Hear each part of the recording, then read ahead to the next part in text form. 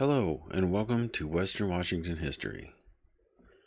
Whether you were dancing to the sounds of the big band orchestra in the 1930s and 40s, or rock and rollin' in the 1950s and 60s, Highline Spanish Castle was one of the premier places to be.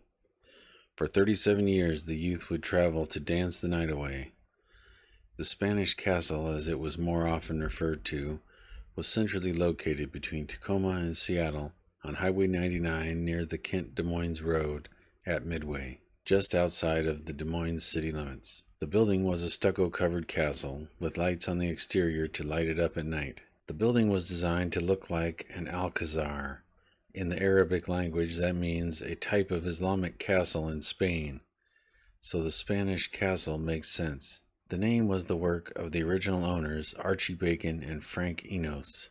They chose the spot on the highway outside of the city limits so they would have less code restrictions. The Spanish Castle was opened in 1931. Another thing that made it stand out was the dance floor. It was built to be a dance floor, as where many of the dance floors of the time were in old barns and other buildings, the floor wasn't designed specifically for dancing. The floor was recessed and it would move with you as you danced. Archie and Frank ran the ballroom until 1937 when they sold it to M.W. Morrill and C.L. Knudsen. The Vic Myers Orchestra was the orchestra at the Spanish Castle when they opened, but soon Frankie Roth took over with his unique trumpet style as the leader of the Spanish Castle Orchestra. Into 1942, Gordon Green, his trombonist, began to lead it. Carol W. Deegan was Gordon Green's pianist, and he also sang for him for 18 years. With the Depression over and World War II in full swing, the ballroom was packed on dance night. There could easily be 2,000 people on hand. Many groups held dances there. The American Legion, Firefighters, Rainbow Girls, Sportsman Club, Lions Club, Ski Club, College Club, as well as a bowling tournament called the Nisei Classic. Nisei is a term that means a son or daughter of a Japanese immigrant who was born and educated in America. The name was used more in the 1950s than present time. The tournament had a dance at the castle for many years at the end of their bowling season.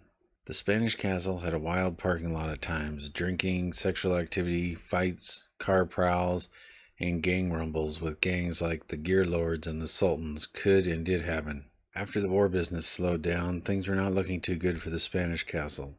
Things would change at least for a few years when in October of 1959, radio DJ Pat O'Day came to the castle. Pat had run some successful teen dances in eastern Washington before coming to Seattle. Pat proposed that he would rent the castle. Pat had talked with Kent Morrill of the band The Wailers, now called the Fabulous Wailers.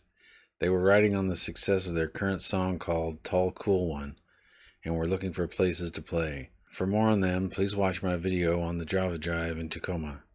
The link will be in the description, or it will be at the end of this video. It's also a good time to hit like if you're enjoying this video. That first show, late October of 1959, featured the Wailers. It was a sellout. Pat talked to Jack Roberts, a concert promoter, and they were able to get country star Conway Twitty to perform the very next month on Thanksgiving weekend. It was another sellout. Many more would come after that. Bobby Bare, Janet Dean, the Beach Boys, Tony Orlando, Bobby Rydell, the Blue Notes, Paul Revere and the Raiders, Lovin' Spoonful, Roy Orbison, Mary Lee Rush, and many, many more. Everyone wanted to get to Pat to become the next rock and roll sensation. In 1961, M.W. Morrill sold his part of the club to the other owner, C.L. Knudsen.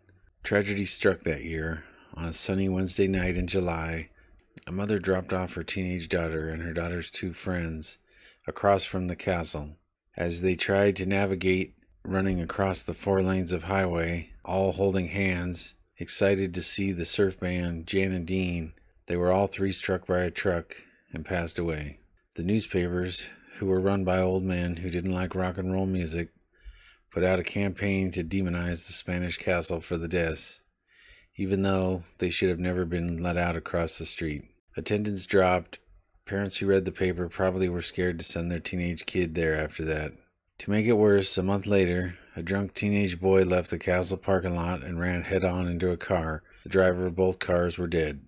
In 1961, in preparation for the coming World's Fair of 1962, Pat O'Day and the Wailers recorded an album at the castle called The Fabulous Wailers at the Castle. It became an instant hit. By 1962, big band music was over at the castle. Rock and roll was here to stay. Country music star Ernest Tubb recorded a live album in 1964 at the Spanish Castle. 1966, Pat O'Day stopped booking shows at the castle. Ownership had fallen to Knutson's Boys, and in 1968 they had the building demolished and an office building put in its place. That building has since been removed. There is a Shell gas station and a Walgreens there as of 2023. A bench as well as two large paintings that once hung in the Spanish Castle can now be seen at the Des Moines Historical Museum. Please visit these local museums and historical societies, as they are funded mostly in part by donations from the public. Thank you for spending your time with us today.